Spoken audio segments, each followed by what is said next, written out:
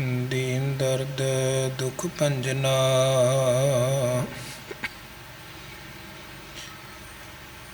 दीन दर्द दुख भंजना।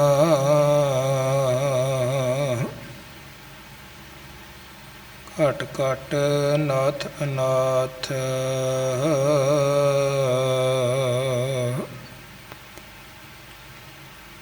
शरण तुम्हारी आयो। नानक के प्रभ साथ। शरण तुम्हारी आयो।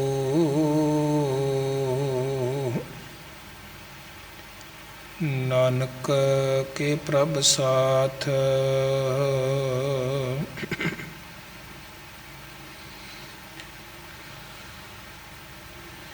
बहुत जन्म बिछरे थे माधो। यह जन्म तुम्हारे लिखे।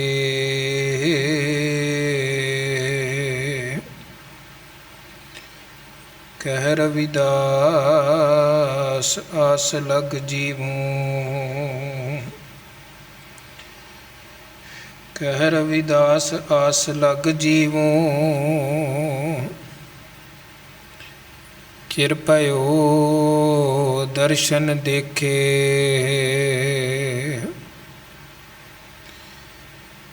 कह रविदास आस लग जीवूं। चिरपयो दर्शन देखे।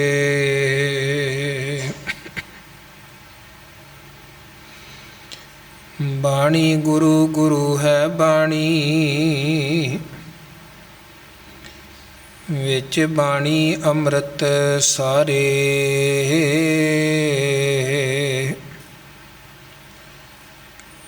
गुरबाणी कहे सेवक जन मानै।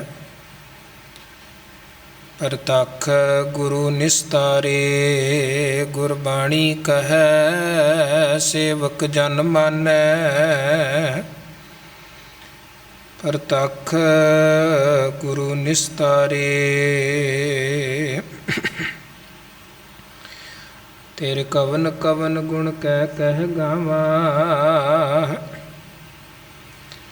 तू साहिब गुणी निधाना।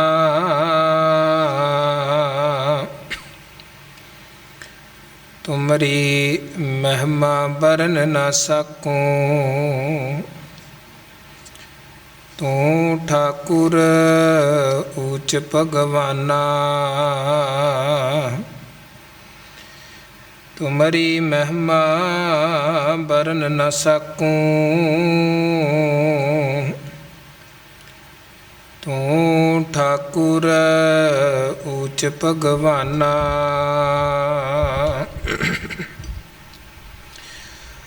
सतनाम वाहिगुरु साहिब जीओ। शब्दं रतं हितं मया। कीर्तं कलि कर्म कृत्वा। मिटंत तत्रागत परम मोहं। भगवान रमणं सर्वत्र थान्यं। शब्दं रतं हितं मया। कीर्तं कलि कर्म कृत्वा। मिटंत तत्रागत परम मोहं। भगवान रमणं सर्वत्र थान्यं। दृष्टत्वं अमोघ दर्शनं। बसंत साध रसना। हर हर हर हरे नानक। प्रियं जाप जपना। ਘਟੰਤ ਰੂਪੰ ਘਟੰਤ ਦੀਪੰ ਘਟੰਤ ਰਵ ਸਸਿਅਰ ਨਖਯਤਰ ਗਗਨੰ ਘਟੰਤ ਬਸਦਾ ਗਿਰਤਰ ਸਿਖੰਡੰ ਘਟੰਤ ਲਲਨਾ ਸੁਤ ਪ੍ਰਾਤ ਹੀਤੰ ਘਟੰਤ ਕਨਕ ਮਾਨਕ ਮਾਇਆ ਸਵਰੂਪੰ ਨਹਿ ਘਟੰਤ ਕੇਵਲ ਗੋਪਾਲ ਅਚੁੱਤ ਅਸਥਰੰ ਨਾਨਕ ਸਾਧ ਜਨ ਨਹਿ ਬਿਲੰਬ ਧਰਮੰ ਬਿਲੰਬ ਪਾਪੰ ਦਿਰੜੰਤ ਨਾਮੰ ਤਜੰਤ ਲੋਭੰ ਸ਼ਰਨ ਸੰਤੰ ਕਿਲ ਬਿਖਨਾਸੰ ਪ੍ਰਾਪਤੰ ਧਰਮ ਲਖਿਆਣ ਨਾਨਕ ਜਿਹ ਸੋ ਪ੍ਰਸੰਨ ਮਾਧਵੈ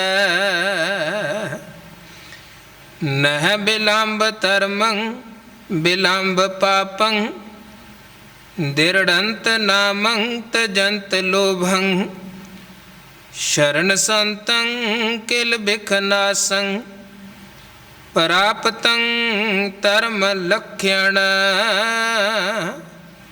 ਨਾਨਕ ਜਿਹ ਸੋ ਪ੍ਰਸੰਨ ਮਾਧਵੈ। ਵਾਹਿਗੁਰੂ ਜੀ ਕਾ ਖਾਲਸਾ ਵਾਹਿਗੁਰੂ ਜੀ ਕੀ ਫਤਿਹ। ਜੁਗੋ ਜੁਗ ਅਟਲ ਸਤਿਗੁਰੂ ਗੁਰਗੱਦੀ ਤੇ ਸੁਭਾਈਮਾਨ ਦਸਾਂ ਪਾਤਸ਼ਾਹੀਆਂ ਦੀ ਜੋਤ ਗਰੀਬ ਨਵਾਜ ਸਤਿਗੁਰੂ ਸਾਹਿਬ ਸ੍ਰੀ ਗੁਰੂ ਗ੍ਰੰਥ ਸਾਹਿਬ ਜੀ ਮਹਾਰਾਜ ਜੀ ਦੀ ਪਾਵਨ ਪਵਿੱਤਰ ਮੁਬਾਰਕ ਅੰਮ੍ਰਿਤਮਈ ਹਜ਼ੂਰੀ ਵਿਖੇ ਜੁੜ ਬੈਠੀ ਸਨਮਾਨ ਔਰ ਸਤਿਕਾਰਯੋਗ ਗੁਰੂ ਰੂਪ ਸਾਧ ਸੰਗਤ, ਗੁਰੂ ਸਾਹਿਬ ਜੀ ਨੇ ਬੇਅੰਤ ਬਖਸ਼ਿਸ਼ਾਂ ਰਹਿਮਤਾਂ ਕੀਤੀਆਂ ਹਨ। ਗੁਰੂ ਮਹਾਰਾਜ ਜੀ ਦੀ ਪਾਵਨ ਪਵਿੱਤਰ ਹਜ਼ੂਰੀ ਵਿਖੇ ਸੰਧਿਆ ਵੇਲੇ ਦੇ ਸੱਜੇ ਹੋਏ ਦੀਵਾਨਾਂ ਦੀ ਆਪ ਜੀ ਹਾਜ਼ਰੀ ਭਰ ਰਹੇ ਹੋ ਔਰ ਗੁਰੂ ਦਰਬਾਰ ਦਾ ਆਨੰਦ ਮਾਣਦੇ ਹੋਏ ਜੀਵਨ ਦੀਆਂ ਇਹਨਾਂ ਅਮੋਲਕ ਘੜੀਆਂ ਨੂੰ ਸਕਾਰਥ ਬਣਾ ਰਹੇ ਹੋ, ਸਫਲਾ ਬਣਾ ਰਹੇ ਹੋ। ਸਾਈ ਘੜੀ ਸੁਲੱਖਣੀ ਜਿਤ ਪ੍ਰਭ ਆਵੈ ਚਿਤ, ਜਿਤ ਦਿਨ ਵਿਸਰੈ ਪਾਰ ਬ੍ਰਹਮ ਫਿਟ ਭੁਲੇਰੀ ਰੁੱਤ। ਉਹ ਘੜੀ ਸਫਲ ਹੈ, ਸਕਾਰਥ ਹੈ, ਜਿਹੜੀ ਘੜੀ ਗੁਰੂ ਕੀ ਗੋਦ 'ਚ ਜੁੜ ਕੇ ਆਪਾਂ ਬਤੀਤ ਕਰਦੇ ਹਾਂ, ਗੁਰਬਾਣੀ ਨਾਲ ਜੁੜ ਕੇ ਬਤੀਤ ਕਰਦੇ ਹਾਂ। ਔਰ ਯਤਨ ਕਰਨਾ ਚਾਹੀਦਾ ਹੈ ਜੀਵਨ ਦੀਆਂ ਵੱਧ ਤੋਂ ਵੱਧ ਘੜੀਆਂ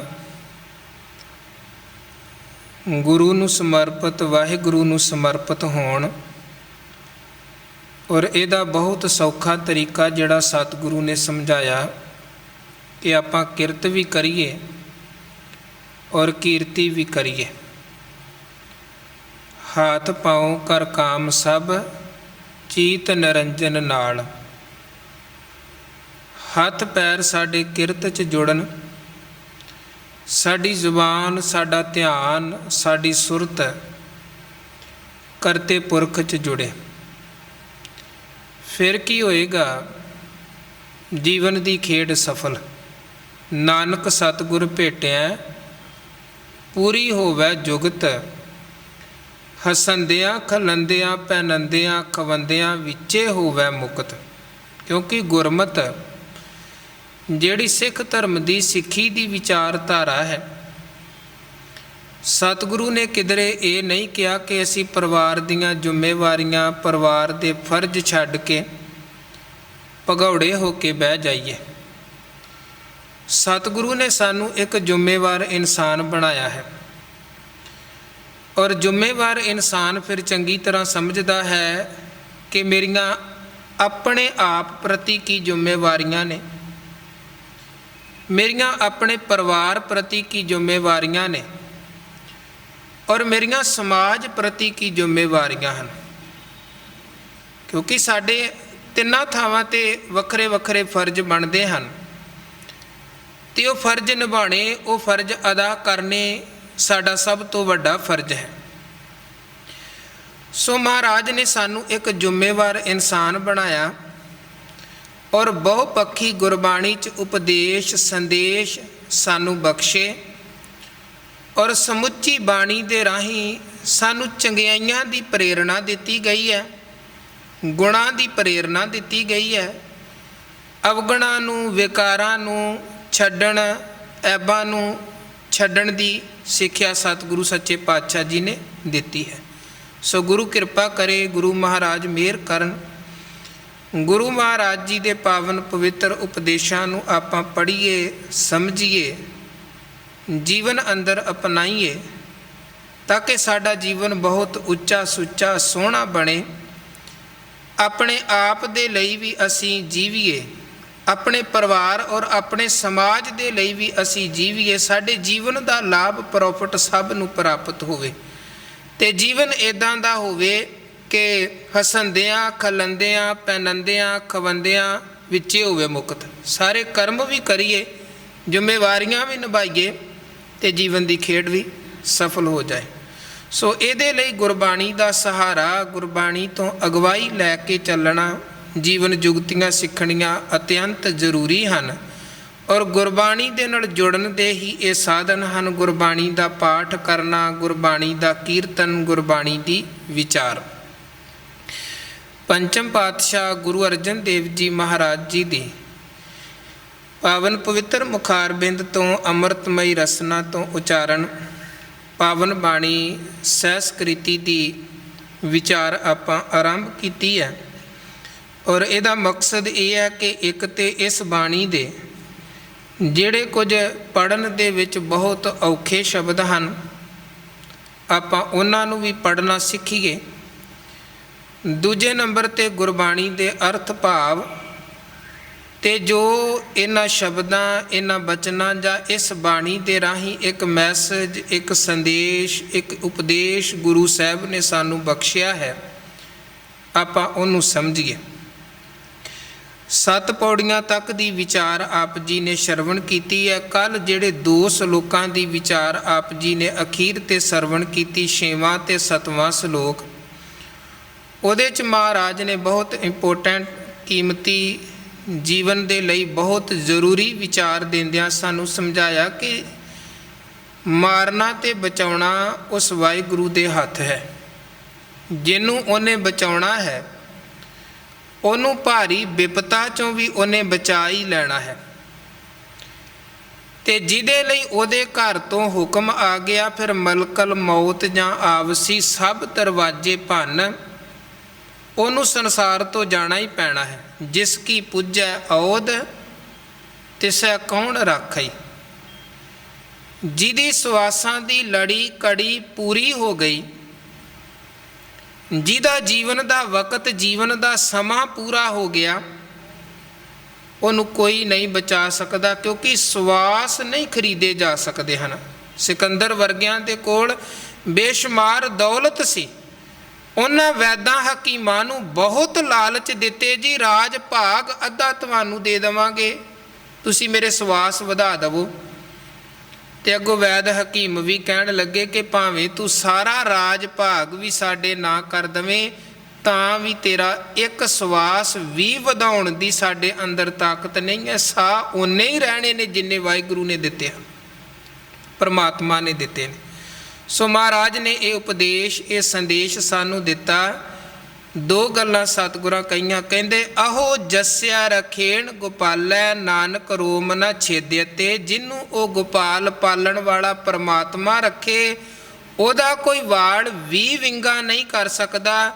ਤੇ ਦੂਜੀ ਗੱਲ ਮਹਾਰਾਜ ਕਹਿੰਦੇ ਹੋਵੰਤ ਆਗਿਆ ਭਗਵਾਨ ਪੁਰਖ ਹੈ, ਨਾਨਕ ਕੀਟੀ ਸਾਸ ਅਕਰਖਤ ਹੈ। ਜਿਹਦੇ ਲਈ ਉਹਦੇ ਘਰ ਤੋਂ ਹੁਕਮ ਆ ਗਿਆ, ਉਹਦੀ ਮੌਤ ਦਾ ਕਾਰਨ ਛੋਟੀ ਜਿਹੀ ਕੀੜੀ ਵੀ ਬਣ ਸਕਦਾ ਹੈ। ਇਸ ਤੋਂ ਅੱਗੇ 8 ਨੰਬਰ ਸਲੋਕ ਰਾਹੀਂ ਮਹਾਰਾਜ ਸੱਚੇ ਪਾਤਸ਼ਾਹ ਜੀ ਫਰਮਾਨ ਕਰਦੇ ਹਨ, ਸ਼ਬਦੰ ਰਤੰ ਹਿਤੰ ਮਇਆ ਕੀਰਤੰ ਕਲੀ ਕਰਮ ਕ੍ਰਿਤੂਆ। ਸ਼ਬਦੰ ਰਤੰ ਦਾ ਭਾਵ ਹੈ ਕਿ ਜਿਹੜੇ ਮਨੁੱਖ ਦੀ ਗੁਰੂ ਕੇ ਸ਼ਬਦ ਦੇ ਨਾਲ ਪ੍ਰੀਤ ਹੈ। ਹਿਤੰ ਮਇਆ, ਮਇਆ ਦਾ ਭਾਵ ਹੈ ਤਰਸ ਵਾਲੀ ਬਿਰਤੀ। ਜਿਹੜੇ ਮਨੁੱਖ ਦੇ ਅੰਦਰ ਦਇਆ ਵਾਲੀ ਤਰਸ ਵਾਲੀ ਬਿਰਤੀ ਹੈ, ਜਿਹਦਾ ਹਿਤ ਸੁਭਾਅ ਹੈ ਤਰਸ ਵਾਲਾ, ਸ਼ਬਦ ਦੇ ਨਾਲ ਬਾਣੀ ਦੇ ਨਾਲ ਹੈ ਪ੍ਰੀਤ, ਔਰ ਕੀਰਤਨ ਕਲੀ ਕਰਮ ਕ੍ਰਿਤੂਆ। ਕਲਯੁਗ ਦੇ ਇਸ ਸਮੇਂ ਅੰਦਰ ਵੇਖੋ ਸਾਰੇ ਪਾਸੇ ਸਵਾਰਥ ਦੀ ਅੱਗ ਲੱਗੀ ਹੈ, ਮਾਇਆ ਦੀ ਪਦਾਰਥਾਂ ਦੀ ਅੱਗ ਲੱਗੀ ਹੈ, ਦੁਨੀਆ ਤੇ ਮਾਇਆ ਦੀ ਦੌੜ ਲੱਗੀ ਹੋਈ ਹੈ। ਹਰ ਬੰਦਾ ਇਸ ਦੌੜ ਦੇ ਵਿੱਚ ਦੌੜਦਾ ਪਿਆ ਹੈ। ਔਰ ਦੂਜੇ ਨੰਬਰ ਤੇ ਮਨੁੱਖਾਂ ਤੋਂ ਟੁੱਟੇ ਪਏ ਹਨ। ਬਾਹਰੋਂ ਆਪਾਂ ਭਾਵੇਂ ਨੇੜੇ ਹੋ ਕੇ ਵੀ ਬੈਠੇ ਹੋਈਏ, ਅੰਦਰੋਂ ਸਾਡੇ ਇੱਕ ਦੂਜੇ ਤੋਂ ਬਹੁਤ ਫਾਸਲੇ ਹਨ। ਕੜਾ ਕਲੇਸ਼ ਸਾਰੇ ਪਾਸੇ ਬਹੁਤ ਜ਼ਿਆਦਾ ਹਨ, ਪਰਿਵਾਰਾਂ ਦੇ ਵਿੱਚ ਵੀ ਔਰ ਧਰਮਾਂ ਦੇ ਵਿੱਚ ਵੀ, ਦੇਸ਼ਾਂ ਦੇ ਵਿੱਚ ਵੀ ਆਪਾਂ ਵੇਖਦੇ ਹਾਂ ਇੱਕ ਦੂਜੇ ਦੇ ਵਿਰੋਧੀ ਬਣ ਕੇ ਵੱਡੇ ਵੱਡੇ ਹਥਿਆਰ ਇੱਕ ਦੂਜੇ ਦੇ ਵਿਰੁੱਧ ਤਾਣ ਕੇ ਦੇਸ਼ ਖੜੇ ਹਨ। ਇੱਕ ਧਰਮ ਦੂਜੇ ਧਰਮ ਤੇ, ਦੂਜਾ ਧਰਮ ਪਹਿਲੇ ਧਰਮ ਤੇ ਅਟੈਕ ਕਰ ਰਹੇ ਹਨ। ਸੋ ਇਹ ਇੱਦਾਂ ਦਾ ਸਮਾਜ ਦਾ ਮਾਹੌਲ ਹੈ। ਤੇ ਮਹਾਰਾਜ ਕਹਿੰਦੇ ਇੱਦਾਂ ਦੇ ਕਲਯੁਗ ਦੇ ਕਲਾ ਕਲੇਸ਼ਾਂ ਸਵਾਰਥੀ ਸਮੇਂ ਅੰਦਰ ਕੋਈ ਮਨੁੱਖ ਪਰਮਾਤਮਾ ਦੀ ਬੰਦਗੀ 'ਚ ਜੁੜਿਆ, ਜੇ ਕੋਈ ਰੱਬ ਦੀ ਬੰਦਗੀ 'ਚ ਜੁੜਿਆ ਹੈ, 3 ਗੱਲਾਂ ਸਤਿਗੁਰੂ ਕਹਿੰਦੇ। ਇੱਕ ਤੇ ਕਹਿੰਦੇ ਕਿਸੇ ਦੀ ਸ਼ਬਦ ਦੇ ਨਾਲ ਪ੍ਰੀਤ ਹੈ, ਦੂਜੇ ਨੰਬਰ ਤੇ ਉਹਦੀ ਜੇ ਦਇਆ ਵਾਲੀ, ਦੂਜਿਆਂ ਤੇ ਤਰਸ ਕਰਨ ਵਾਲੀ ਬਿਰਤੀ ਹੈ, ਤੀਜੇ ਨੰਬਰ ਤੇ ਜੇ ਕੋਈ ਪਰਮਾਤਮਾ ਦੀ ਬੰਦਗੀ 'ਚ ਜੁੜਿਆ ਹੈ। ਤੇ ਇਹਦੇ ਨਾਲ ਫਿਰ ਪ੍ਰਾਪਤੀ ਕੀ ਹੋਏਗੀ? ਜੇ ਅਸੀਂ ਇਹ 3 ਚੀਜ਼ਾਂ ਆਪਣੇ ਜੀਵਨ 'ਚ ਧਾਰਨ ਕਰ ਲਈਏ, ਸਾਨੂੰ ਕੀ ਮਿਲੇਗਾ? ਸ਼ਬਦ ਨਾਲ ਪ੍ਰੀਤ ਹੋਵੇ, ਸਭ ਦਾ ਭਲਾ, ਸਰਬੱਤ ਦਾ ਭਲਾ ਕਰਨ ਵਾਲੀ ਸਾਡੀ ਬਿਰਤੀ ਹੋਵੇ, ਔਰ ਹਰ ਵਕਤ ਅਸੀਂ ਰੱਬੀ ਇਬਾਦਤ ਬੰਦਗੀ ਸਿਫਤ ਸਲਾਹ 'ਚ ਜੇ ਜੁੜ ਜਾਈਏ, ਮਹਾਰਾਜ ਕਹਿੰਦੇ ਕੀ ਹੋਏਗਾ? ਮਿਟੰਤ ਤਤਰਾਗਤ ਭਰਮ ਮੋਹੰ, ਮਿਟ ਜਾਵੇਗਾ। ਮਿਟੰਤ ਭਾਵ ਮਿਟ ਜਾਏਗਾ, ਤਤਰਾਗਤ ਭਾਵ ਤੁਰੰਤ ਉਸੇ ਵਕਤ। ਕੀ ਮਿਟੇਗਾ, ਕੀ ਮੁੱਕੇਗਾ? ਭਰਮ ਮੋਹੰ, ਜੀਵਨ 'ਚੋਂ ਭਰਮ ਖਤਮ ਹੋਵੇਗਾ, ਮੋਹ ਵਾਲੀ ਬਿਰਤੀ ਖਤਮ ਹੋਏਗੀ, ਮੋਹ ਵਾਲੀ ਪਕੜ। ਭਰਮ ਕਰਕੇ ਵੀ ਕਈ ਤਰ੍ਹਾਂ ਦੇ ਝਗੜੇ ਬਖੇੜੇ ਹੁੰਦੇ ਹਨ, ਭਰਮ ਕਰਕੇ ਵੀ ਲੋਕ ਬੜੀਆਂ ਠੋਕਰਾਂ ਖਾਂਦੇ ਹਨ। ਭਰਮ ਦੀ ਪਰਿਭਾਸ਼ਾ ਮਹਾਰਾਜ ਬਾਣੀ 'ਚ ਦਿੰਦੇ, ਮਾਧਵੇ ਕਿਆ ਕਹੀਐ ਭਰਮ ਐਸਾ, ਜੈਸਾ ਮਾਨੀਐ ਹੋਏ ਨਾ ਤੈਸਾ। ਭਰਮ ਕੀ ਹੈ? ਅਸੀਂ ਕਿਸੇ ਨੂੰ ਕਿਸੇ ਬਾਰੇ ਸੋਚ ਰਹੇ ਹਾਂ ਕਿ ਉਹ ਮੇਰੇ ਬਾਰੇ ਮਾੜਾ ਸੋਚਦਾ ਤੇ ਮਾੜਾ ਕਰਦਾ ਹੈ, ਭਾਵੇਂ ਉਹ ਨਾ ਕਰਦਾ ਹੋਵੇ। ਇੱਕ ਭਰਮ ਸਾਡੇ ਮਨ 'ਚ ਬਣ ਗਿਆ ਕਿਸੇ ਰਿਸ਼ਤੇਦਾਰ ਪ੍ਰਤੀ, ਕਿਸੇ ਜਗ੍ਹਾ ਤੇ ਅਸੀਂ ਇਕੱਠੇ ਕੰਮ ਕਰਦੇ ਹਾਂ, ਆਪਣੇ ਕਿਸੇ ਸਟਾਫ ਮੈਂਬਰ ਪ੍ਰਤੀ ਸਾਡੇ ਮਨ 'ਚ ਇੱਕ ਭਰਮ ਪੈਦਾ ਹੋ ਗਿਆ ਕਿ ਉਹ ਸ਼ਾਇਦ ਮੇਰੇ ਤੋਂ ਉਲਟਾ ਚੱਲਦਾ, ਭਾਵੇਂ ਉਹਨੂੰ ਇਸ ਗੱਲ ਦਾ ਪਤਾ ਵੀ ਨਾ ਹੋਵੇ। ਇਹਦੇ ਨਾਲ ਕੀ ਹੁੰਦਾ ਹੈ? ਅਸੀਂ ਆਪਣੇ ਆਪ ਉਹਦੇ ਤੋਂ ਫਾਸਲਾ ਬਣਾ ਲਿਆ, ਫਿਰ ਉਹਦੀ ਨਿੰਦਿਆ ਚੁਗਲੀ ਸ਼ੁਰੂ ਕਰ ਦਿੱਤੀ, ਫਿਰ ਅੱਗੇ ਝਗੜਾ ਆਪਣੇ ਆਪ ਵੱਧ ਗਿਆ। ਭਰਮ ਤੋਂ ਇੱਕ ਭੁਲੇਖਾ, ਉਹ ਭੁਲੇਖਾ ਕੋਈ ਤੀਜਾ ਵੀ ਖੜਾ ਕਰ ਸਕਦਾ ਹੈ, ਕੋਈ ਚੁਗਲੀ ਕਰਕੇ, ਕੋਈ ਨਿੰਦਿਆ ਕਰਕੇ, ਕੋਈ ਐਵੇਂ ਸਾਡੇ ਕੋਲ ਆ ਕੇ 2 ਗੱਲਾਂ ਆਪਣੇ ਕੋਲੋਂ ਬਣਾ ਕੇ ਕਿਸੇ ਦੂਜੇ ਬਾਰੇ ਕਿ ਉਹ ਤੁਹਾਡੇ ਬਾਰੇ ਇੱਦਾਂ ਕਹਿੰਦਾ ਸੀ, ਆਪਾਂ ਭਰੋਸਾ ਵੀ ਕਰ ਲੈਂਦੇ ਕਿ ਸ਼ਾਇਦ ਇੱਦਾਂ ਹੀ ਕਿਹਾ ਹੋਵੇ। ਭਰਮ ਬਣ ਗਿਆ, ਉਦੋਂ ਬਾਅਦ ਝਗੜਾ ਫਿਰ ਆਪਣੇ ਆਪ ਹੋ ਗਿਆ। ਸੋ ਇਹ ਭਰਮ ਜੀਵਨ 'ਚ ਨਹੀਂ ਹੋਣਾ ਚਾਹੀਦਾ। ਗੁਰੂ ਸਾਡੇ ਜੀਵਨ ਦੇ ਭਰਮਾਂ ਨੂੰ, ਭੁਲੇਖਿਆਂ ਨੂੰ, ਦੁਬਿਧਾ ਨੂੰ, ਦੋਚਿੱਤੀ ਨੂੰ ਖਤਮ ਕਰਦੇ ਹਨ। ਮਹਾਰਾਜ ਕਹਿੰਦੇ ਇਹ ਮੁੱਕ ਜਾਵੇਗਾ ਭਰਮ, ਮੋਹ ਦੀ ਪਕੜ। ਜਿਹੜੇ ਮੋਹ ਕਰਕੇ ਗੁਰੂ ਨਾਨਕ ਸਾਹਿਬ ਕਹਿੰਦੇ ਪੰਕਜ ਮੋਹ ਪਾਗ ਨਹੀਂ ਚਾਲੈ, ਹਮ ਦੇਖਾ ਤੈ ਡੂਬੀਅਲੇ। ਲੋਕ ਡੁੱਬਦੇ ਪਏ ਨੇ, ਮੂਲੇ ਨੂੰ ਮੋਹ ਨੇ ਡੋਬ ਸੁੱਟਿਆ, ਤੇ ਪਤਾ ਨਹੀਂ ਕਿੰਨੇ ਸਾਡੇ ਵਰਗੇ ਮੂਲੇ ਵਰਗੇ ਹਨ ਜਿਹੜੇ ਮੋਹ ਕਰਕੇ ਡੁੱਬ ਜਾਂਦੇ ਹਨ, ਗੁਰੂ ਦੀ ਆਵਾਜ਼ ਨਹੀਂ ਸੁਣਦੇ। ਪਰਿਵਾਰ ਦੇ, ਸੰਸਾਰ ਦੇ, ਕਾਰੋਬਾਰ ਦੇ ਮੋਹ 'ਚ ਆਪਾਂ ਫਸ ਕੇ ਗੁਰੂ ਤੋਂ ਬੇਮੁਖ ਹੋ ਕੇ ਦੁਨੀਆ ਕਾਰਨ ਦੀਨ ਗਵਾਇਆ ਭਟਕ ਜਾਂਦੇ ਹਨ। ਸੋ ਮਹਾਰਾਜ ਕਹਿੰਦੇ ਇਹ ਭਰਮ ਵੀ ਜੀਵਨ ਚੋਂ ਤੇਰੇ ਚੋਂ ਮੁੱਕ ਜਾਏਗਾ, ਮੋਹ ਵੀ ਜੀਵਨ ਚੋਂ ਮੁੱਕ ਜਾਏਗਾ। ਬਸ 3 ਕਰਮ ਤੈਨੂੰ ਆਪਣਾ ਸੁਭਾਅ, ਆਪਣਾ ਵਿਹਾਰ, ਆਪਣਾ ਆਚਾਰ ਬਣਾਉਣਾ ਪਵੇਗਾ। ਸ਼ਬਦ ਰਤੰਗ ਹਿਤੰਗ ਮਇਆ ਕੀਰਤੰ ਕਲੀ ਕਰਮ ਕ੍ਰਿਤੂਆ। ਫਿਰ ਉਦੋਂ ਬਾਅਦ ਹੋਰ ਕੀ ਹੋਏਗਾ? ਭਗਵਾਨ ਰਮਣੰ ਸਰਬੱਤਰ ਥਾਨਯੰ। ਫਿਰ ਸਾਨੂੰ ਇਹ ਵੀ ਪਤਾ ਲੱਗੇਗਾ ਕਿ ਪਰਮਾਤਮਾ ਭਗਵਾਨ ਅਕਾਲ ਪੁਰਖ ਵਾਹਿਗੁਰੂ ਸਾਰੀਆਂ ਜਗ੍ਹਾ 'ਤੇ ਵਿਆਪਕ ਹੈ, ਵਸ ਰਿਹਾ, ਹਰ ਥਾਂ 'ਤੇ ਵਸ ਰਿਹਾ ਹੈ। ਅੰਦਰ ਹੈ ਸਾਡੇ, ਬਾਹਰ ਹੈ, ਹਰ ਜਗ੍ਹਾ 'ਤੇ ਕੁਦਰਤ ਦੇ ਜਰਰੇ ਜਰਰੇ ਅੰਦਰ ਉਹ ਕਾਦਰ ਵਸ ਰਿਹਾ ਹੈ। ਭਗਵਾਨ ਰਮਣੰ ਸਰਬੱਤਰ ਥਾਨਯੰ। ਜਦੋਂ ਇਹ ਪਤਾ ਲੱਗ ਗਿਆ ਭਗਵਾਨ ਸਾਰਿਆਂ 'ਚ ਪਰਮਾਤਮਾ ਵਸਦਾ ਹੈ, ਫਿਰ ਮੰਦਾ ਕਿਸ ਨੂੰ ਆਖੀਏ ਜੇ ਤਿਸ ਬਿਨ ਕੋਇ ਨਾ ਹੈ। ਕਿਹਨੂੰ ਮਾੜਾ ਬੋਲੀਏ ਜਦੋਂ ਸਾਰਿਆਂ 'ਚ ਤੇ ਰੱਬ ਹੀ ਬੈਠਾ ਹੈ। ਫਿਰ ਅੱਗੇ ਮਹਾਰਾਜ ਕਹਿੰਦੇ ਦ੍ਰਿਸ਼ਟ ਤੁਅੰ ਅਮੋਘ ਦਰਸ਼ਨੰ ਬਸੰਤ ਸਾਧ ਰਸਨਾ। ਹੇ ਮਾਲਕ ਜੀ, ਤੁਹਾਡੀ ਜਿਹੜੀ ਦ੍ਰਿਸ਼ਟੀ ਹੈ, ਮਿਹਰ ਵਾਲੀ ਨਜ਼ਰ ਹੈ, ਉਹ ਅਮੋਘ ਹੈ, ਵਿਅਰਥ ਨਹੀਂ ਜਾਂਦੀ ਹੈ। ਔਰ ਜੋ ਤੁਹਾਡੇ ਦੀਦਾਰ ਵੀ ਹਨ ਉਹ ਵੀ ਅਮੋਘ ਹਨ, ਵਿਅਰਥ ਨਹੀਂ ਜਾਂਦੇ। ਇਹ 2 ਚੀਜ਼ਾਂ ਹਨ। ਵੇਖੋ, ਇੱਕ ਹੈ ਗੁਰੂ ਦੀ ਸਾਡੇ ਤੇ ਸਵੱਲੀ ਨਜ਼ਰ ਵਰਤਣੀ, ਇੱਕ ਹੈ ਸਾਡਾ ਗੁਰੂ ਸਾਹਿਬ ਦੇ ਦਰਸ਼ਨ ਕਰਨੇ, ਗੁਰੂ ਮਹਾਰਾਜ ਦੇ ਦਰਸ਼ਨ ਕਰਨੇ, ਸਾਡੇ ਵੱਲੋਂ ਗੁਰੂ ਕੇ ਦੀਦਾਰ ਕਰਨੇ। ਇੱਕ ਹੈ ਗੁਰੂ ਵੱਲੋਂ ਸਾਡੇ ਤੇ ਆਪਣੀ ਮਿਹਰ ਭਰੀ ਨਜ਼ਰ ਵਰਤਾਉਣੀ। ਔਰ ਬਾਣੀ 'ਚ ਦੋਵਾਂ ਚੀਜ਼ਾਂ ਦੀ ਵਡਿਆਈ ਹਜ਼ੂਰ ਨੇ ਵਰਣਨ ਕੀਤੀ। ਮਹਾਰਾਜ ਕਹਿੰਦੇ ਧੰਨ ਧੰਨ ਸੁਹਾਵਾ ਸੋ ਸਰੀਰ ਥਾਨ ਹੈ, ਜਿੱਥੇ ਮੇਰਾ ਗੁਰੂ ਧਰੇ ਵਿਖਾ। ਜਿੱਥੇ ਗੁਰੂ ਨੇ ਮਿਹਰ ਭਰੀ ਨਜ਼ਰ ਦੇ ਨਾਲ ਤੱਕ ਲਿਆ, ਉਹ ਸਰੀਰ ਵੀ ਤਨ ਹੋ ਗਿਆ।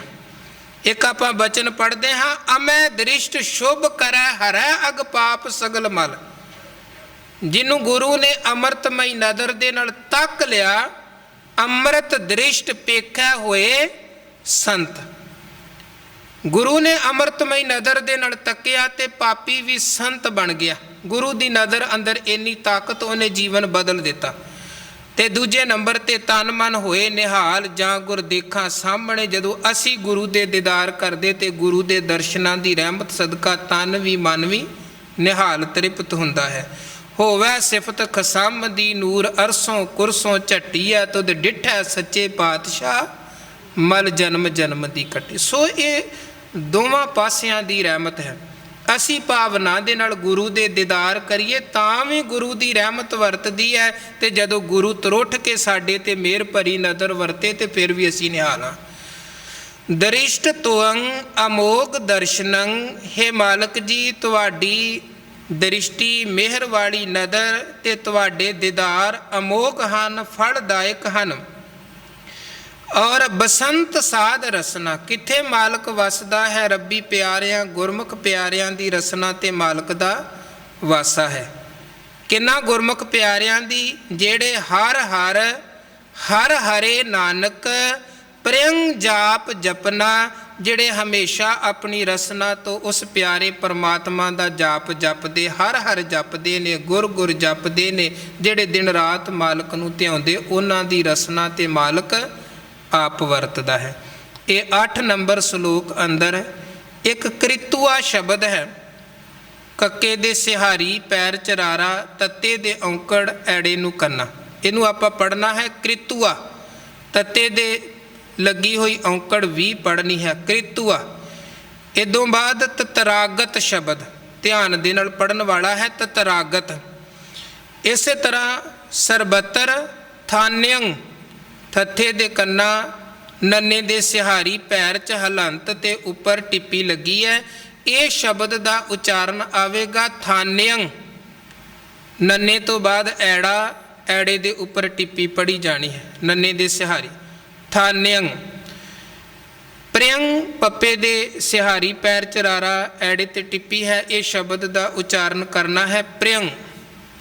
ਇਦੋਂ ਅੱਗੇ 9 ਨੰਬਰ ਸ਼ਲੋਕ 'ਚ ਸਤਿਗੁਰੂ ਗੁਰੂ ਅਰਜਨ ਦੇਵ ਮਹਾਰਾਜ ਸੱਚੇ ਪਾਤਸ਼ਾਹ ਸਮਝਾ ਰਹੇ ਨੇ ਕਿ ਵੇਖੋ, ਹਰ ਚੀਜ਼, ਹਰ ਇੱਕ ਸ਼ੈ ਦੀ ਉਮਰ ਘਟ ਰਹੀ ਹੈ। ਤੇ ਜੋ ਵੀ ਅਸੀਂ ਬਾਹਰ ਇਸ ਕੁਦਰਤ ਅੰਦਰ ਦ੍ਰਿਸ਼ਟਮਾਨ ਚੀਜ਼ਾਂ ਵੇਂਦੇ ਹਾਂ, ਹਰ ਚੀਜ਼ ਨਾਸ਼ ਹੋਣ ਵਾਲੀ ਹੈ। ਹਰ ਚੀਜ਼ ਆਪਣੇ ਸਮੇਂ ਦੇ ਨਾਲ ਬਿਨਸ ਜਾਂ ਫਰਕ ਇੰਨਾ ਹੈ ਕਿ ਕਿਸੇ ਦੀ ਉਮਰ ਥੋੜ੍ਹੀ ਹੋ ਸਕਦੀ ਹੈ, ਕਿਸੇ ਦੀ ਉਮਰ ਜ਼ਿਆਦਾ ਹੋ ਸਕਦੀ। ਕਿਸੇ ਚੀਜ਼ ਦੀ ਵੈਲਿਡਿਟੀ ਥੋੜ੍ਹੀ ਹੋ ਸਕਦੀ ਹੈ, ਕਿਸੇ ਦੀ ਜ਼ਿਆਦਾ, ਪਰ ਹਰ ਚੀਜ਼ ਸਮੇਂ ਦੇ ਨਾਲ ਮੁੱਕਣ ਵਾਲੀ ਹੈ, ਖਤਮ ਹੋਣ ਵਾਲੀ ਹੈ।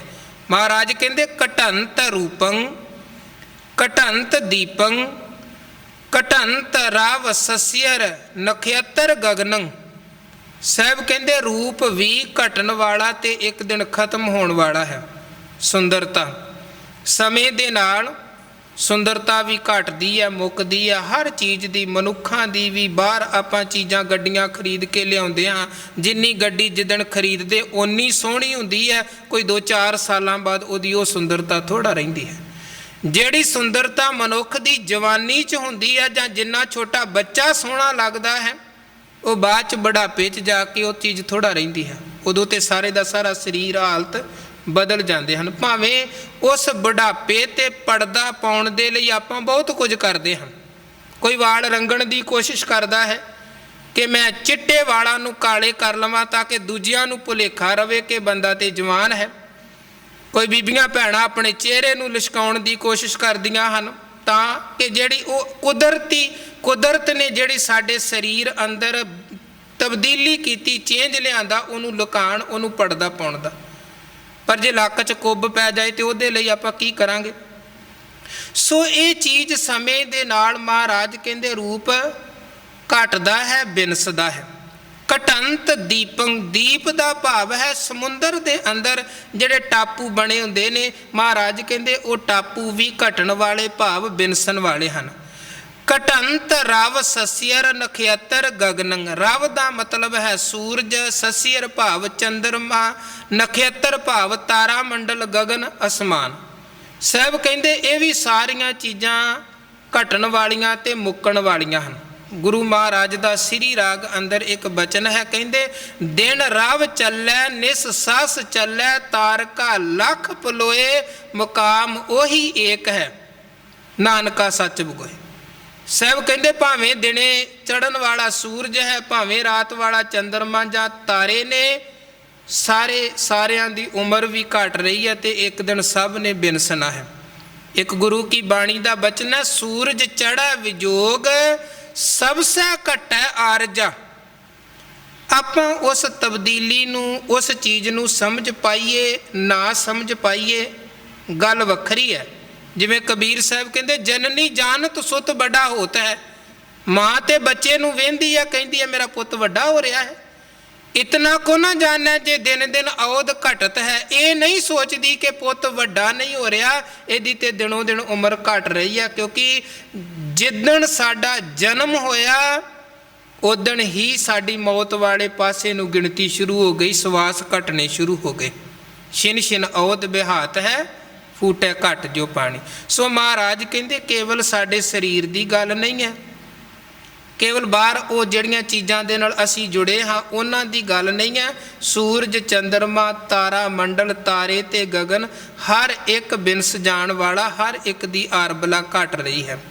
ਔਰ ਇਹ ਚੀਜ਼ਾਂ ਅੱਜ ਦੇ ਸਮੇਂ 'ਚ ਵਿਗਿਆਨੀ ਵੀ ਖੋਜ ਕਰਕੇ ਤੇ ਇਹਦੇ ਬਾਰੇ ਕਈ ਸੱਚਾਈਆਂ ਜਿਹੜੀਆਂ ਬਾਣੀ 'ਚ ਸਤਿਗੁਰੂ ਨੇ ਅੱਜ ਤੋਂ ਕਈ 100 ਵਰੇ ਪਹਿਲਾਂ ਕਹਿ ਦਿੱਤੀਆਂ, ਉਹ ਵੀ ਅੱਜ ਕਬੂਲ ਕਰ ਰਹੇ ਨੇ ਕਿ ਹਰ ਚੀਜ਼ ਘਟ ਰਹੀ। ਸੂਰਜ ਬਾਰੇ ਵੀ ਉਹਨਾਂ ਨੇ ਗਿਣਤੀਆਂ ਮਿਣਤੀਆਂ ਕਰਕੇ ਦੱਸ ਦਿੱਤੀਆਂ ਕਿ ਇੱਕ ਸਮਾਂ ਐਸਾ ਆਵੇਗਾ ਜਦੋਂ ਸੂਰਜ ਵੀ ਮੁੱਕ ਜਾਏਗਾ। ਘਟੰਤ ਬਸਦਾ ਗਿਰ ਤਰ ਸਿਖੰਡੰ। ਬਸਦਾ ਦਾ ਭਾਵ ਹੈ ਧਰਤੀ। ਸਾਹਿਬ ਕਹਿੰਦੇ ਇਹ ਧਰਤੀ ਵੀ ਨਾਸ਼ ਹੋਣ ਵਾਲੀ ਹੈ।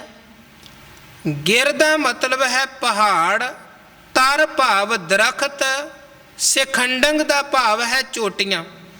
ਉੱਚੀਆਂ ਉੱਚੀਆਂ ਚੋਟੀਆਂ ਵਾਲੇ ਪਹਾੜ ਜਾਂ ਬੜੇ ਬੜੇ ਉੱਚੇ ਲੰਬੇ ਜਿਹੜੇ ਦਰਖਤ ਹਨ ਉਹ ਵੀ ਮੁੱਕ ਜਾਣ ਵਾਲੇ, ਬਿਨਸ ਜਾਣ ਵਾਲੇ। ਦਰਖਤ ਪੇੜ ਪੌਦੇ ਤੇ ਆਪਾਂ ਵਹਿੰਦੇ ਹੀ ਹਾਂ, ਸਾਡੀਆਂ ਅੱਖਾਂ ਦੇ ਸਾਹਮਣੇ ਪੁਰਾਣੇ ਬੂਟੇ ਸੁੱਕੀ ਜਾਂਦੇ ਨੇ, ਦੁਬਾਰਾ ਨਵੇਂ ਉੱਗਦੇ ਨੇ, ਪੈਦਾ ਹੁੰਦੇ ਹਨ। ਇਹ ਚੀਜ਼ਾਂ ਵੀ ਮਹਾਰਾਜ ਕਹਿੰਦੇ ਲਗਾਤਾਰ ਘਟ ਰਹੀਆਂ ਨੇ। ਘਟੰਤ ਲਲਨਾ ਸੁਤ ਭਰਾਤ ਹੀਤੰ। ਇਸੇ ਤਰ੍ਹਾਂ ਗੁਰੂ ਕਹਿੰਦੇ ਭਾਵੇਂ ਪਤਨੀ ਹੈ, ਪੁੱਤਰ ਹੈ, ਭਾਵੇਂ ਭਰਾ ਹੈ, ਇੱਕ ਤੇ ਸਰੀਰ ਕਰਕੇ ਵੀ ਸਾਰੇ ਬਿਨਸਨਹਾਰ ਹਨ, ਦੂਜੇ ਨੰਬਰ ਤੇ ਇੱਥੇ ਮਹਾਰਾਜ ਹੀਤੰਗ ਸ਼ਬਦ ਵਰਤ ਰਹੇ, ਇਹਦਾ ਭਾਵ ਹੈ ਪਿਆਰ। ਸਾਹਿਬ ਕਹਿੰਦੇ ਇਹ ਜਿਹੜਾ ਤੇਰਾ ਆਪਣਿਆਂ ਦੇ ਨਾਲ ਬਹੁਤ ਜ਼ਿਆਦਾ ਪਿਆਰ ਹੈ, ਹਿੱਤ ਹੈ, ਇਹ ਪਿਆਰ ਵੀ ਘਟਦਾ ਹੈ। ਜਿਹੜੇ ਭਰਾ ਇਕੱਠੇ ਖਾਂਦੇ ਹਨ, ਇੱਕ ਸਮਾਂ ਐਸਾ ਵੀ ਬਣਦਾ ਹੈ ਜਦੋਂ ਭਰਾ ਨੂੰ ਵੇਖ ਕੇ ਰਾਜੀ ਨਹੀਂ ਹੁੰਦਾ ਹੈ। ਕਈ ਵਾਰ ਸਮਾਂ ਐਸਾ ਵੀ ਬਣਦਾ ਹੈ ਜਦੋਂ ਪਿਤਾ ਪੁੱਤਰ ਪਿਤਾ ਇੱਕ ਦੂਜੇ ਨੂੰ ਵੇਖ ਕੇ ਰਾਜੀ ਨਹੀਂ ਹੁੰਦੇ। ਸੋ ਮਹਾਰਾਜ ਕਹਿੰਦੇ ਇਹ ਜਿਹੜੀ ਮੋਹ ਦੀ ਪਕੜ ਹੈ, ਇਹ ਵੀ ਸਮੇਂ ਦੇ ਨਾਲ ਘਟਣ ਤੇ ਮੁੱਕਣ ਵਾਲੀ ਹੈ। ਘਟੰਤ ਕਨਕ ਮਾਨਕ ਮਾਇਆ ਸਵਰੂਪੰ, ਇਸੇ ਤਰ੍ਹਾਂ ਕਨਕ ਭਾਵ ਸੋਨਾ, ਮਾਨਕ ਭਾਵ ਸੋਨੇ ਦੇ ਮੋਤੀ ਆਦਿਕ, ਮਾਇਆ ਸਵਰੂਪੰ ਮਾਇਆ ਦੇ ਜਿਹੜੇ ਵੱਖਰੇ ਵੱਖਰੇ ਰੂਪ, ਉਹ ਭਾਵੇਂ ਪੈਸਾ ਹੈ, ਸੋਨਾ ਹੈ, ਚਾਂਦੀ ਹੈ, ਹੋਰ ਪਦਾਰਥ ਨੇ। ਗੁਰੂ ਕਹਿੰਦੇ ਇਹ ਵੀ ਸਾਰੀਆਂ ਚੀਜ਼ਾਂ ਘਟਣ ਵਾਲੀਆਂ ਤੇ ਇੱਕ ਦਿਨ ਮੁੱਕ ਜਾਣ ਵਾਲੀਆਂ ਨੇ। ਹੁਣ ਮਹਾਰਾਜ ਨੇ ਇਹ ਤੇ ਜਿਹੜੀ ਬਾਹਰ ਦੀਆਂ ਚੀਜ਼ਾਂ ਨੇ, ਇਹਨਾਂ ਸਾਰਿਆਂ ਦੀ ਗੱਲ ਕੀਤੀ ਕਿ ਸਾਰਾ ਕੁਝ ਘਟਣ ਵਾਲਾ ਤੇ ਮੁੱਕਣ ਵਾਲਾ ਹੈ।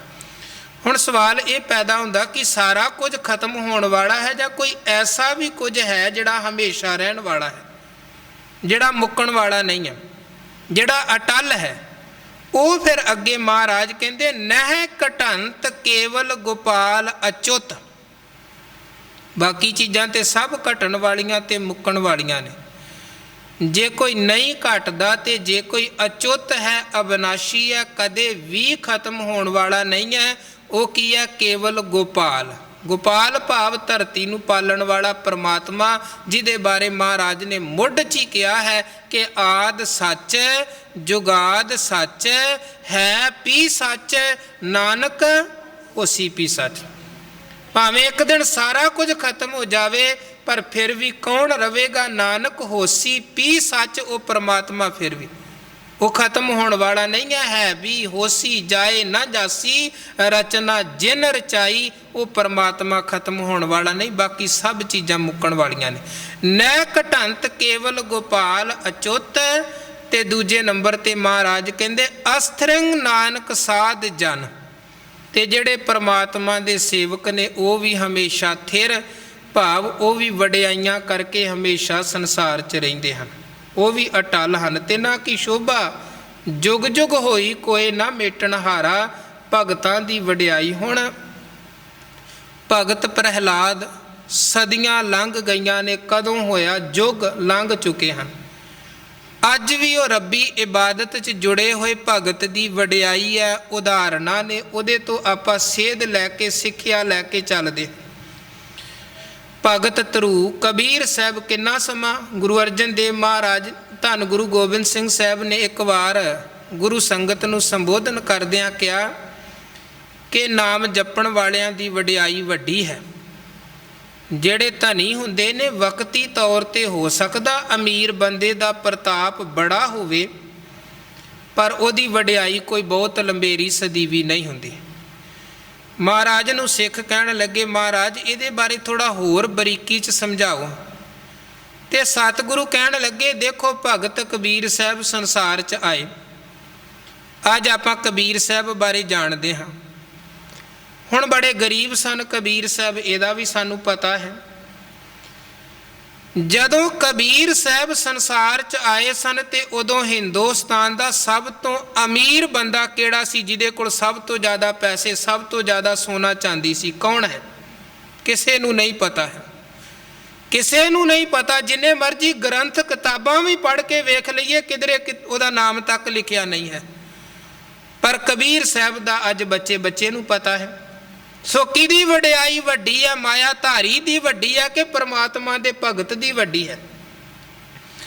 ਸੰਸਾਰੀ ਲੋਕ ਵਕਤੀ ਤੌਰ ਤੇ ਭਾਵੇਂ ਮਾਇਆ ਧਾਰੀ ਨੂੰ ਬੜਾ ਸਲਾਉਂਦੇ ਨੇ, ਪਰ ਗੁਰੂ ਕਹਿੰਦੇ ਸਦੀਵੀ ਤੌਰ ਤੇ ਵਡਿਆਈ ਪਰਮਾਤਮਾ ਦੇ ਭਗਤ ਦੀ ਉੱਪਰ ਹੈ।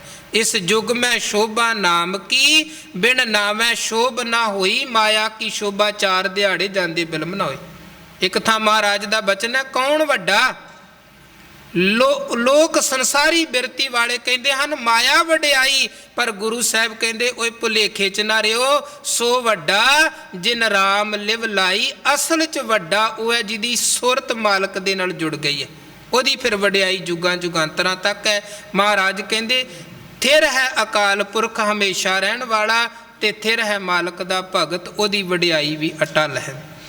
इदों अगे महाराज 10 नंबर सलोक च सानू समझाउंदे ने, कहंदे नह बिलंब धर्मं बिलंब पापं। बिलंब हिंदी भाषा का शब्द है, विलंब तो ये बिलंब शब्द बनया है, भाव है देरी। धर्म कमाउंदियां देरी नहीं करनी चाहिए, क्योंकि मन का कोई भरोसा नहीं है। हुणे मन कोई धर्म कर्म कमाउण दा मन अंदर फुरना बनया, आपां नहीं कमाया, वो फिर फुरना फुरना ही रह गया, मन विचार बदल गए। इस करके पातशाह कहंदे धर्म कमाउंदियां देरी नहीं करनी चाहिए है। बिलंब पापं, पर जे कोई पापी फुरना, पापी ख्याल, पापी विचार, कोई पाप करन दा समा बने ते देरी जरूर करो, ताकि मन चो वो पाप करन दा ख्याल विचार टल जावे, असी पाप करन तो बच जाइए। हालांकि साडी जिहड़ी बिरती है वो इदों उल्ट चलदी है। आपां कोई माड़ा काम करना, कोई पाप करना, वो ते तुरंत तैयार बर तैयार हाँ, ते जे रब नूं ध्याउणा, गुरु के दर ते आउणा, फिर आपां ढिले मੱਠੇ हाँ। सतगुरु कहंदे चंगियाई आलक करे, बुराई होए शेर। चंगे काम दे लई बंदा आलसी है, ते बुरे काम दे लई तैयार बर तैयार है। कोई 2 घंटे, 1 घंटा, आधा घंटा कीर्तन सुनना बड़ा औखा लगदा, कथा सुननी बड़ी औखी लगदी है। 3-4 घंटियां दी फिल्म दा पता ही नहीं लगदा किहड़े वेले लंघ गई। मन उधर बड़ा मुड़ मुड़ जांदा, इधर नहीं। मन का सुभाव। महाराज कहते रे मूड़े हे मूर्ख बंदे, लाहे को तू ढीला ढीला, टोटे का बेग ताया। एक तां गुरु कहते सारो दिन से मजूरी करे, हर सिमरन की बेला बज्जर सिर पर है। सारी दिहाड़ी काम धंधे ते बंदा लग्या रहा, शामी घर आया, कहंदा गुरुद्वारे नहीं जाना, मैं काम कार करके बड़ा थक गया। ते उसे बंदे नूं जे कोई हुणे ही फोन आ जावे कि इन्ने पैसिਆਂ ਦਾ लाभ हो सकता, कोई वड्डा सौदा है आ, ते बंदा उही जिहड़ा कहंदा सी मैं थकिया पिया, गुरु घर नहीं जा सकता, माया दे लई फिर दौड़ उठदा है। ये बिरती है महाराज कहंदे मनुख दी। सतगुरु कहंदे ठीक है तू किरत कर, पर नाल कीर्ति भी कर। चंगे कर्म दा हमेशा उद्यम कर, ते माड़े कर्मां तो हमेशा परहेज कर। न बिलंब धर्मं, धर्म कमाउंदियां ढिल नहीं करनी। बिलंब पापं, पाप करदियां देरी करनी। पाप नूं टालना है, धर्म नूं नहीं टालना है। दृढ़ंत नामंग तजंत लोभं, जीवन च दृढ़ की करना है, परमात्मा दे नाम नूं, गुरु दे शब्द नूं, मालक दी बंदगी नूं जीवन च दृढ़ करना है। दृढ़ंत नामंग तजंत लोभं, लोभ नूं अपने जीवन चों त्यागना है। लोभ लालच तृष्णा इनू अपने जीवन चों कढ़ना है। शरण संतं किलबिख नासं, प्राप्तं धर्म लक्ष्यण। गुरु की संगत च जुड़ना, गुरमुखां दी संगत च जुड़ना है। की मिलेगा सत संगत च जुड़िया? किलबिख नासंग। एक ते गुरु कहंदे तेरे पाप खत्म होणगे, पापी बिरती खत्म होवेगी जदों संगत च जुड़ के सत दियां गल्लां सुनेगा, धर्म दियां गल्लां सुनेगा, अपने आप धर्म वाले पासे झुका बनेगा। और प्राप्तं धर्म लक्षण, धर्म दे लक्षण, धर्म दे उपदेश। धर्म की है, धर्म किवें कमाउणा है, धर्म दे राह ते किदां तुरना है, ये ज्ञान ये सूझ बूझता प्राप्त होवेगी जदों आपां सत संगत च जुड़ांगे। पर अखीर ते महाराज कहंदे ये दात भी मिलदी किनू है? नानक जे सो प्रसन्न माधव है। वो माया दा पति, माधव दा भाव है माया दा पति मालक अकाल पुरख वाहिगुरु। जिदे ते परमात्मा प्रसन्न होया वो मनुख सत संगत च जुड़दा है, ते उसे नूं धर्म दे जिहड़े गुण लक्षण हन, धर्म बारे समझ है, सूझ बूझता है, वो प्राप्त हुंदी है। सो सतगुरु सच्चे पातशाह जी मेहर करन, जो उपदेश गुरु महाराज इस पावन बाणी राही सानू बख्श रहे ने, उन्हां दी सानू समझ पवे। और जिहड़ी मुख गल धन गुरु अर्जन साहब कहंदे ठीक है तू उपदेश सुने हन, पर सुन ਜੇ ਅਣ ਸੁਣਿਆ ਕਰ ਦਿੱਤਾ ਫਿਰ ਗੱਲ ਨਹੀਂ ਬਣਨੀ ਹੈ। ਜੋ ਸੁਣਨਾ ਹੈ ਉਹਨੂੰ ਧਾਰਨਾ ਹੈ। ਪਾਤਸ਼ਾਹ ਕਹਿੰਦੇ ਜੇ ਕੋ ਖਾਵੈ ਜੇ ਕੋ ਪੁੰਚੈ ਤਿਸ ਕਾ ਹੋਏ ਉਧਾਰੋ। ਕੱਲਾ ਭੋਜਨ ਕਿਆ ਬੰਦਾ ਰੱਜ ਨਹੀਂ ਸਕਦਾ ਹੈ। ਪਾਣੀ ਕਿਆ ਪਿਆਸ ਨਹੀਂ ਬੁਝਣੀ ਹੈ। ਜਾਂ ਪਾਣੀ ਦਾ ਗਲਾਸ ਸਾਹਮਣੇ ਰੱਖ ਦਿੱਤਾ, ਭੋਜਨ ਦਾ ਥਾਲ ਸਾਹਮਣੇ ਪਿਆ ਹੈ, ਵੇਖ ਕੇ ਵੀ ਭੁੱਖ ਖਤਮ ਨਹੀਂ ਹੋਣੀ ਹੈ। ਉਹਨੂੰ ਖਾਣਾ ਪਵੇਗਾ, ਪਚਾਣਾ ਪਵੇਗਾ, ਫਿਰ ਐਨਰਜੀ ਤਾਕਤ ਵੀ ਮਿਲਦੀ ਹੈ, ਭੁੱਖ ਵੀ ਖਤਮ ਹੁੰਦੀ ਹੈ, ਤੰਦਰੁਸਤੀ ਵੀ ਮਿਲਦੀ ਹੈ। ਜੇ ਕੋ ਖਾਵੈ ਜੇ ਕੋ ਪੁੰਚੈ ਤਿਸਕਾ ਹੋਏ ਉਧਾਰੋ। ਇਹ ਵਸਤ ਤਜੀ ਨ ਜਾਈ ਨਿਤ ਰੱਖੋ। ਇਹ ਚੀਜ਼ ਤਿਆਗਣ ਵਾਲੀ ਨਹੀਂ ਹੈ। ਗੁਰੂ ਦਾ ਉਪਦੇਸ਼, ਗੁਰੂ ਦੀ ਸਿੱਖਿਆ, ਇਹ ਸਾਡੇ ਜੀਵਨ ਦੇ ਹਰ ਪੱਖ 'ਤੇ, ਭਾਵੇਂ ਪਰਿਵਾਰਕ ਜੀਵਨ ਹੈ, ਭਾਵੇਂ ਸਾਡਾ ਪਰਸਨਲ ਜੀਵਨ ਹੈ, ਭਾਵੇਂ ਸਾਡਾ ਸਮਾਜਿਕ ਜੀਵਨ ਹੈ, ਹਰ ਥਾਂ 'ਤੇ ਗੁਰੂ ਦੀ ਦਿੱਤੀ ਹੋਈ ਸਿੱਖਿਆ ਕੰਮ ਆਉਣ ਵਾਲੀ ਹੈ। ਇਸ ਕਰਕੇ ਗੁਰੂ ਦੇ ਉਪਦੇਸ਼ ਨੂੰ ਅੰਦਰ ਧਾਰਨ ਕਰਨਾ। ਸੁਣ ਉਪਦੇਸ਼ ਹਿਰਦੇ ਬਸਾਵੋ, ਮਨ ਇੱਛੇ ਨਾਨਕ ਫਲ ਪਾਵੋ। ਇਹ ਲੋਕ ਸੁਖੀਏ ਪਰਲੋਕ ਸੁਹੇਲੇ, ਨਾਨਕ ਹਰ ਪ੍ਰਭ ਆਪੇ ਮੇਲੇ। ਇੰਨੀਆਂ ਬੇਨਤੀਆਂ ਪ੍ਰਵਾਨ ਕਰਨੀਆਂ। ਸਤਿਗੁਰਾਂ ਦੀ ਪਾਵਨ ਬਾਣੀ ਦੀ ਵਿਚਾਰ ਦੇ ਨਾਲ ਆਪ ਵੀ ਜੁੜੋ, ਹੋਰ ਵੀ ਸੰਗਤਾਂ ਨੂੰ ਵੱਧ ਤੋਂ ਵੱਧ ਪ੍ਰੇਰ ਕੇ ਗੁਰੂ ਕੇ ਦਰਬਾਰ, ਗੁਰੂ ਕੇ ਘਰ ਦਰ ਵਿਖੇ ਲਿਆਵੋ, ਤਾਂ ਕਿ ਵੱਧ ਤੋਂ ਵੱਧ ਸੰਗਤਾਂ ਗੁਰਬਾਣੀ ਤੇ ਗੁਰਬਾਣੀ ਦੀ ਵਿਚਾਰ ਦਾ ਲਾਹਾ ਲੈ ਸਕਣ। ਨਿਤਾ ਪ੍ਰਤੀ ਆਪਾਂ ਜੋ ਵਿਚਾਰ ਕਰਦੇ ਹਾਂ ਉਹਦੀ ਰਿਕਾਰਡਿੰਗ ਵੀ ਕੀਤੀ ਜਾਂਦੀ ਹੈ, ਤੇ ਰਿਕਾਰਡਿੰਗ YouTube ਤੇ ਵੀ ਆਪਾਂ ਪਾਉਂਦੇ ਹਾਂ। ਚੈਨਲ ਹੈ ਪਵਿੱਤਰ ਬੋਲ। ਆਪ ਜੀ YouTube ਤੇ ਸਰਚ ਕਰਕੇ ਤੇ ਉਹਨੂੰ ਸਬਸਕ੍ਰਾਈਬ ਜ਼ਰੂਰ ਕਰੋ, ਤਾਂ ਕਿ ਰੋਜ਼ਾਨਾ ਦੀ ਕਥਾ ਵਿਚਾਰ ਜੋ ਹੈ ਉਹ ਆਪ ਤੱਕ ਪਹੁੰਚੇ ਤੇ ਹੋਰ ਉਹਨੂੰ ਸਹਿਜ ਦੇ ਨਾਲ ਸੁਣੋ। ਪਵਿੱਤਰ ਬੋਲ YouTube ਦਾ ਚੈਨਲ ਹੈ, ਜਿਹਦੇ ਤੇ ਰੋਜ਼ਾਨਾ ਇਹ ਕਥਾ ਅਪਲੋਡ ਕੀਤੀ ਜਾਂਦੀ ਹੈ। ਸੋ ਆਪ ਵੀ ਸੁਣੋ, ਹੋਰ ਵੀ ਸੰਗਤਾਂ ਨੂੰ ਸੁਣਾਵੋ। ਭੁੱਲਾਂ ਚੁੱਕਾਂ ਦੀ ਖਿਮਾ ਕਰਨੀ। ਫਤਿਹ ਪ੍ਰਵਾਨੋ ਜੀ।